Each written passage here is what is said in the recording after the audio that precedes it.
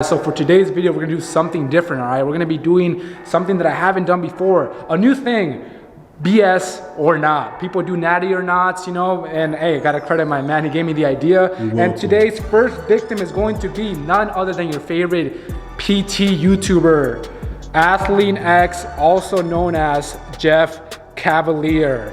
All right, so he just released this video called chest exercises ranked worst to best or best to worst, right? I don't know, that's a typo because he started from worst to best in the video, right? So what we're gonna do is we're gonna watch the video, we're gonna hear what this man has to say, we're gonna see if is it BS, is it bullshit, is he lying to you? You guys are ready? Let's get to it, boy. That kind of invite injury risk, and that's something we want to avoid, especially if we have better, safer options. And that's why we start at the bottom of the list right here with the bench fly. Now look, I understand that Arnold loved this exercise, but just because he loved the fly and I love Arnold doesn't mean that I have to love the fly. Not because I want to dislike the exercise, but more so that my physical therapy background tells me that there's reasons to dislike it. When you perform it on a bench in this unsupported way with no safety net, you increase the risk of damage to the anterior shoulder capsule. That is something that you don't want to damage ever, because it's very hard to repair and restore normal mechanics after that happens. Not to mention an increased risk of pec tear that happens because of the extreme positioning of your arms during this exercise. Again, all of this negated most of all by the fact that there are better alternatives to this that I will cover for you later on down this list. The fact is, for all the... All right, so according to Jeff Cavaliere, the worst exercise, starting from the bottom up to best, the worst exercise you do for your chest is going to be a chest fly. Now, there's a big reason why I disagree, but the number one thing is, do you guys know anyone that has torn their pec doing a fly? Because I haven't. People typically tear it when they do a bench press, right? Bro, I've never heard of anyone tearing a pec doing a fly. Now let me demonstrate why this is actually not as dangerous as he may puts it. It's not as dangerous as it may appear. So what you want to do first is you want to grab dumbbells that are obviously not too heavy. So for me, I'm going to grab like 25 pounds, right? So here, we'll come around. So for this one, so I'm going to show how to do the properly the chest fly. So when you're coming back here and you're doing a chest fly, right? He's saying why it's dangerous is because of your shoulder. Now, obviously, you don't want to come down too far to let it hang right here. What you want to do, if you're going to do a chest fly, make sure you keep a small angle, 45 degrees. Probably stop it right here. Come up, come back, get a nice stretch, and come up. Now, basically, what I tell people is think like you're hugging someone. Like if you're gonna go for a hug, you have like a 45-degree angle and then keep that angle. So as long as you don't use too much of a heavy weight, you're gonna be fine. And as long as you keep that form, you don't let your arms hang or extend all the way out like that, keep that 45-degree angle throughout the whole motion of the exercise, you're not gonna hurt your shoulder. My dude right here, he's dislocated his shoulder and he does flies with me, and bruh, he's fine. He obviously there's no problem. He just lower weight. So wrong, sorry. Next one. And just getting into this position here with any type of heavy weight is going to make my abs work much harder to make sure that I don't fall backwards when I'm doing the movement. And even if I do this out of a split stance where I'm leaning my weight forward, it's still not optimal if I'm going to press the weight that's necessary to cause that overload and growth that we're looking for. For all these reasons, guys, the standing cable press is just not the best press to do when you're looking for gains in your chest. So a couple big red X's on the board. All right, so then the second one that he says that it's not ideal is going to be the cable standing chest press. Let's go over here. Let's see if he's right or wrong. So if you guys are wondering, Eric, you're no one. Who are you? Well, I have a certified personal trainer, so I have some knowledge. I have a bachelor's in health and science, so I'm not a doctor, but a thing or two. I know a thing or two, right? He had it right here, and he said that he has like instability right here, right? Because that could be honestly just you have poor shoulder mobility or weak stability, right? So then you can do different exercises to increase that. But if you have problem keeping like your balance when you're doing the chest fly, I noticed that in the video he had it really low. Just put it up a little bit higher so it's easier. Like if this is easier for you, if at 4 it's easier for you, then do that. And what I always tell people, put your dominant foot in front. For me, I'm lefty. and then so you have a better base, so you're not gonna be wobbly, and then come down, just like stick out your chest like that, and then press forward, out.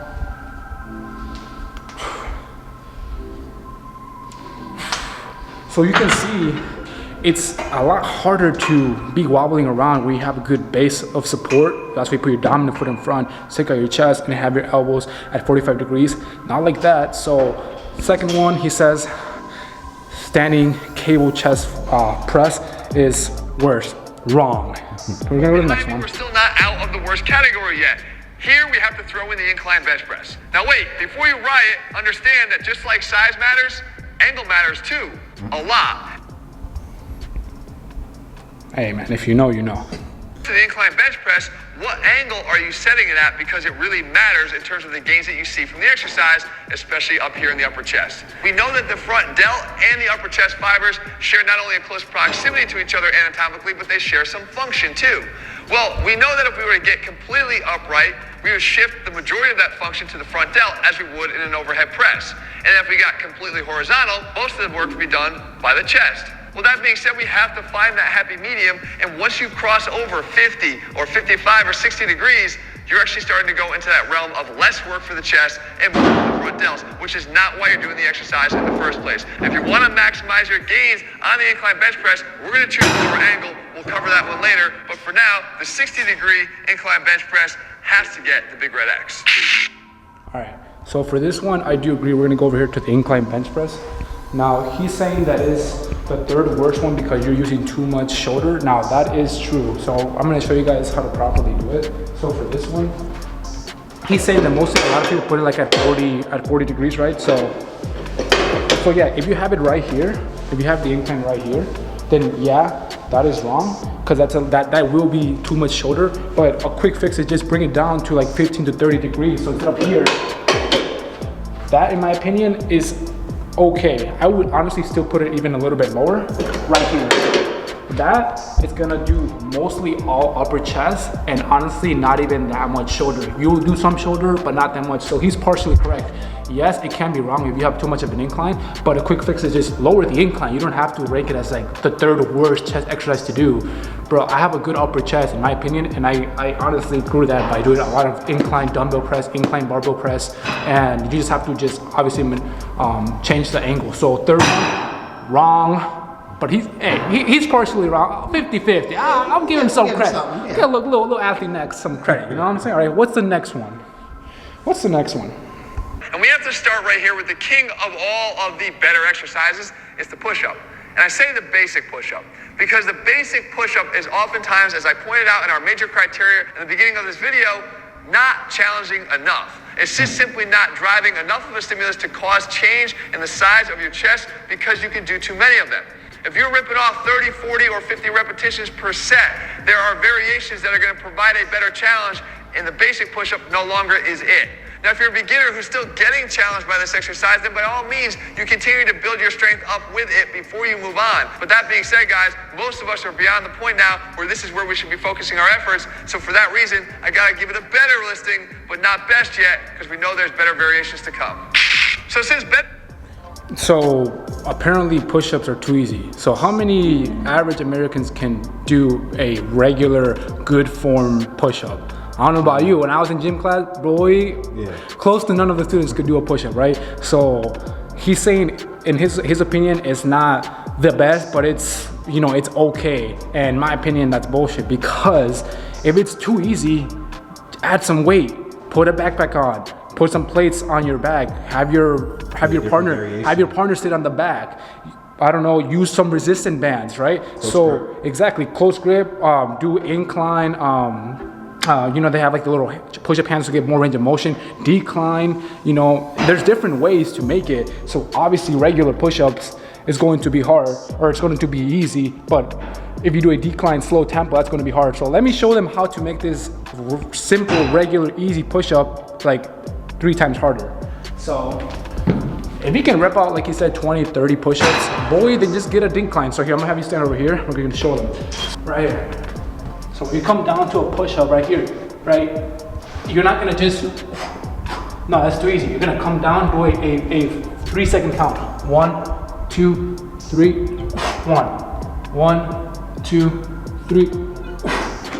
Now, do 20 sets of that or 20 reps of that and see how easy it is. And if that's too easy, put a plate on the back, same slow tempo, explode up. So I don't know why this man is saying that that's too easy, because when the lockdown happened, I only did body weight push-ups and like just body weight exercises, and I just made it harder by using the resistance band. So wrong. Next. It's all about improvement. Let's go back to those flies again, because I wouldn't leave you hanging. I wanted to give you an improved version of it, or a safer version of it. And for that, we have to look at the floor fly. I'm a much bigger fan of this exercise because it gives us a chance to have resisted adduction, but we get a chance to do it in a safer setting with the floor acting as the safety net, protecting that anterior shoulder, because we don't have those extreme ranges of motion at the bottom. Now, some would argue you don't get the same amount of stretch, but I don't even know if that's the real benefit of the fly anyway. Beyond that, we do get to increase the weight that we use on a floor fly versus the weight that we can handle to ensure that safety on a bench fly. And for that, we can create more overload with this in an eccentric manner, which is going to give us an opportunity for more growth. For all these reasons, the better version of the fly is definitely the floor fly. And wrapping up our... Okay, so for the floor fly, yes, I will agree that you can use more weight, just like a regular bench press or a regular flat bench dumbbell press. If you do that on the floor and you don't have that extra range of motion, it actually will be harder, and that's actually a way to increase your strength, is by doing any movement that's on the bench, put it on the floor and then do like a floor press.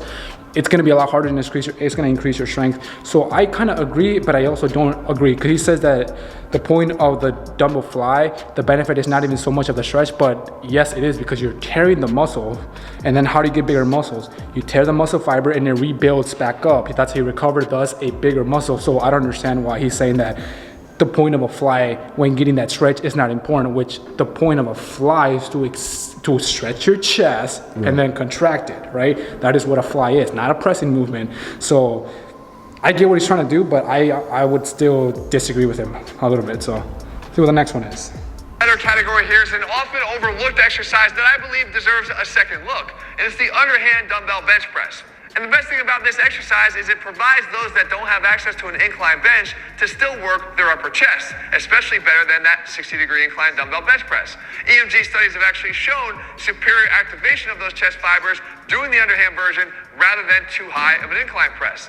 That being said, it doesn't come without its limitations, namely the fact that you're not going to be able to load this exercise as much, and that's mostly due to the fact that there's a lack of stability at the bottom for some. You have to have enough shoulder external rotation to be able to get your body in the right position with your elbows tucked at your sides and your hands, elbows, and wrists in line to support the dumbbells, to be able to drive them up in that low to high dumbbell path to get that good upper chest activation. And if you don't have that, or you're simply looking to load the exercise as heavy as possible, then this one might not be the one for you, but it still deserves its better recognition, and that's why we're going to put it right here at the end of the better category. And then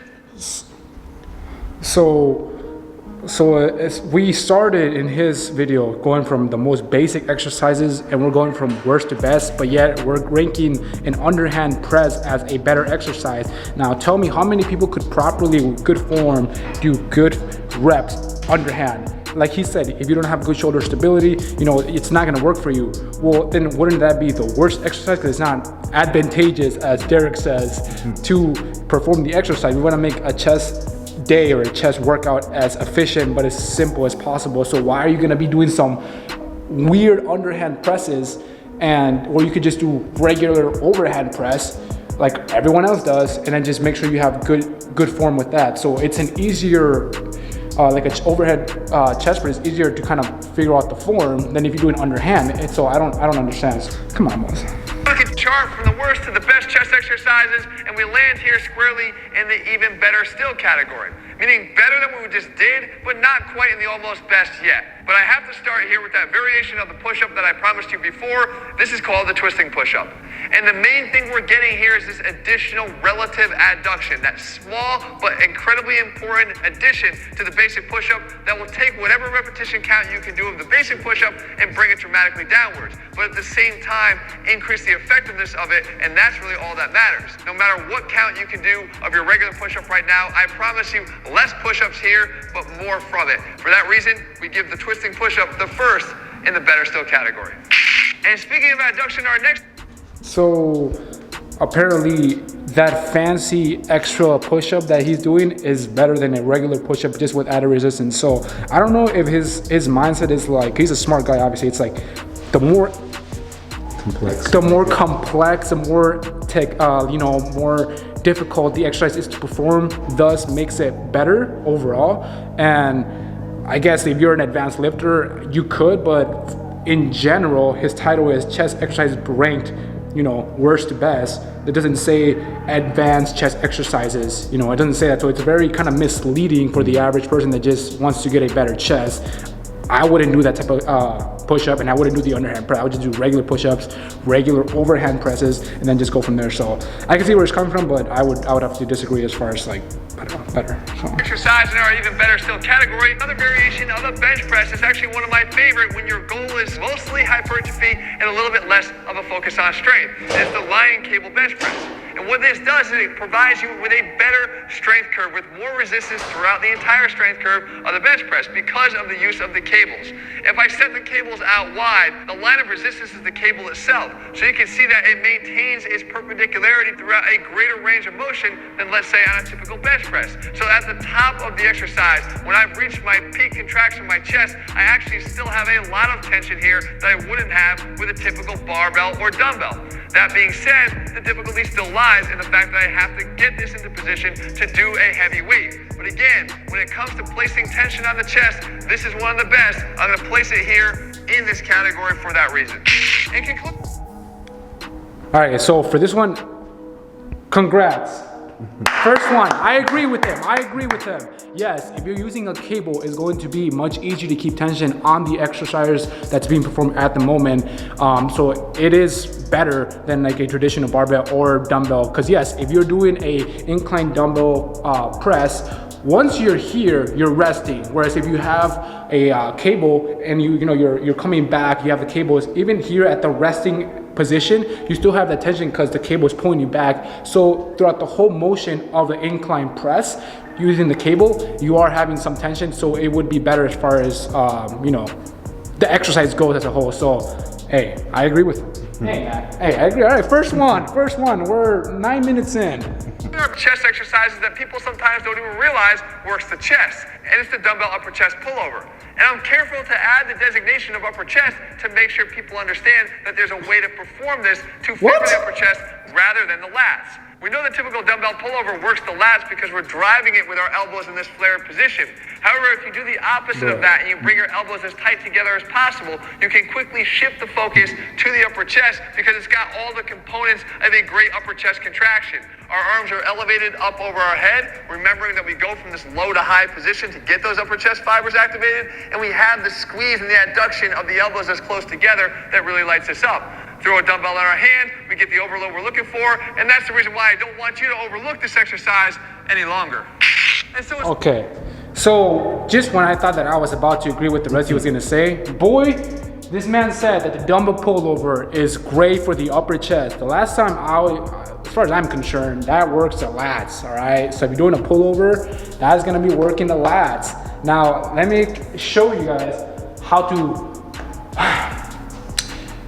the only activation of the chest that you're getting when you're doing the dumbbell is when you are here at the starting position. So I'm gonna grab a dumbbell. I'm gonna grab a 40-pound dumbbell. Some lie, all right?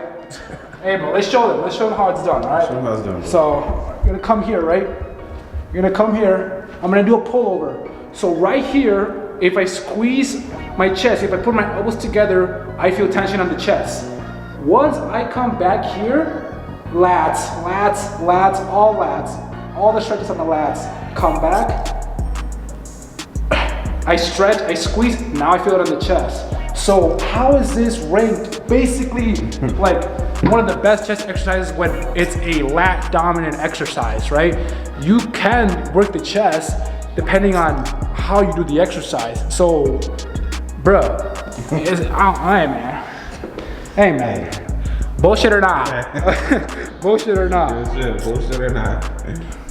top contenders left on the board, we move into our almost best category, and I get to break out my green marker, and we start right here with the dip. And for me, the dip is the best version of a push-up. A dip? If you think about it, the dip is essentially a suspended push-up, especially if you angle your body more forward to favor the chest rather than staying upright in favor of your triceps. That being said, the opportunity here to load this exercise is going to be much easier than we have in a push-up. I can strap a weight around my waist and do a weighted dip and continue to provide the progressive overload we need to drive both the strength and the size gains that this exercise provides. Not to mention, I could do a couple other unique things like adding a small twist, which would be similar to the twisting push-up to get just that little bit of extra adduction, which will bring that rep count down, but bring the effectiveness of the exercise up. For all these reasons, the dip is going to get my first in the almost best category, and it belongs there. All right, so if you haven't Okay, so that's basically the best one, right? So a dip. So if you guys do a dip, what are you mostly working? Bro, this is common sense. You're working your triceps. He's correct. If you lean forward, you will activate the chest, especially the lower chest. But for the most part, if you're doing a tricep, even though you're using some chest, you're gonna use mostly tricep if you do a dip. Now the way to do it we don't have a dip machine here, but the way to do it so that you focus mostly on your chest and not so much on your tricep is when you're doing the dip, you don't fully lock out. You kind of come down, like almost to lock out, but don't fully lock out, and then continue a continuous motion up and down, leaning forward, doing the dip. That will for sure work your lower chest if you're leaning forward, and if you're not fully locking out the tricep. You will still feel it on the tricep regardless. That's inevitable, but he's like, I don't know, the best chest exercise in conclusion, according to Athlean X, is a dip. Simple.